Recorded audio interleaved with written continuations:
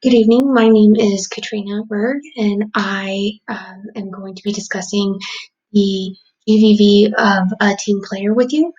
Barbara is working on the audit of a client with a group when a discrepancy is found where a small number of items were double counted. The individual that found the discrepancy does not want to notify the senior in charge of the engagement, even though the majority of the group would prefer not to tell the senior in charge. Barbara and another individual feel that they should. They are pressured to not tell the senior in charge because it will increase the time spent on the audit and make the group look incompetent. The senior in charge is also a stickler for keeping to the budget and would not be able to bill any overages to the client, which is why they are on a time constraint. The position that Barbara finds herself in, where the group is framing their questions in a way that makes the approaching deadline seem more important than the reporting the discrepancy with the senior in charge. Other shortcomings would include the social pressures and timing pressures. The social pressure would be the desire to please the individuals within the group and bend to their wishes, which would be not telling Jessica about the discrepancy. And then also the timing pressure, which individuals will feel a time constraint and could act as less ethically. And they are at the end of their audit, so they are feeling that time. These cognitive shortcomings actually alter the integrity of the audit by not letting upper management know about the discrepancy. Now, Kohler's stages of moral development. There are different stages. With the first stage, the pre-conventional level, they are being made aware of the discrepancy. The group is trying to avoid punishment by receiving an increase in the time spent on the audit, as well as avoidance of the group appearing incompetent. This level of thinking is at the pre-conventional levels and is focused on avoiding punishment as well as satisfying their own needs.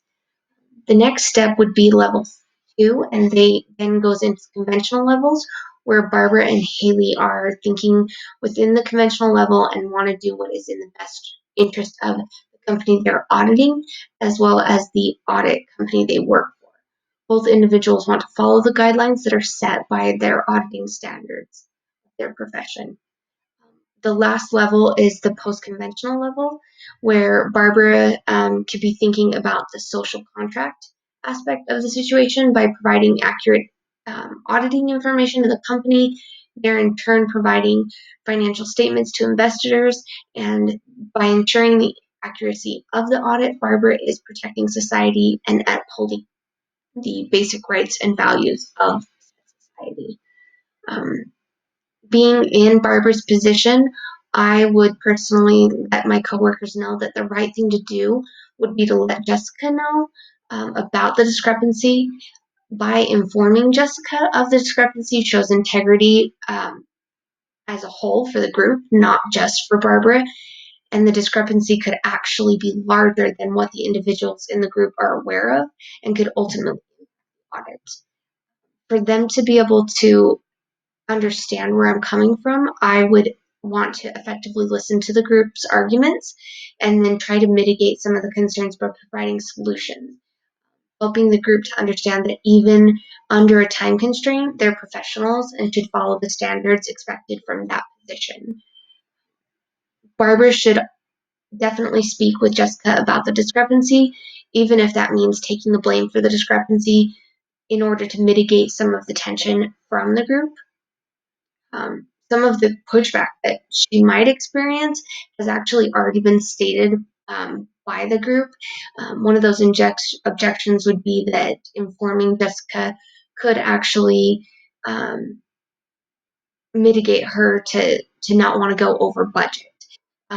Another objection would be that it's not material enough, and by going back and fixing it, they would actually end up going over budget as well as not completing the audit on time. Barbara, if she is unable to get help through Jessica, the senior in charge, she could also notate it in the audit notate the discrepancy that was found, and then the determination that the discrepancy was immaterial and who made that determination.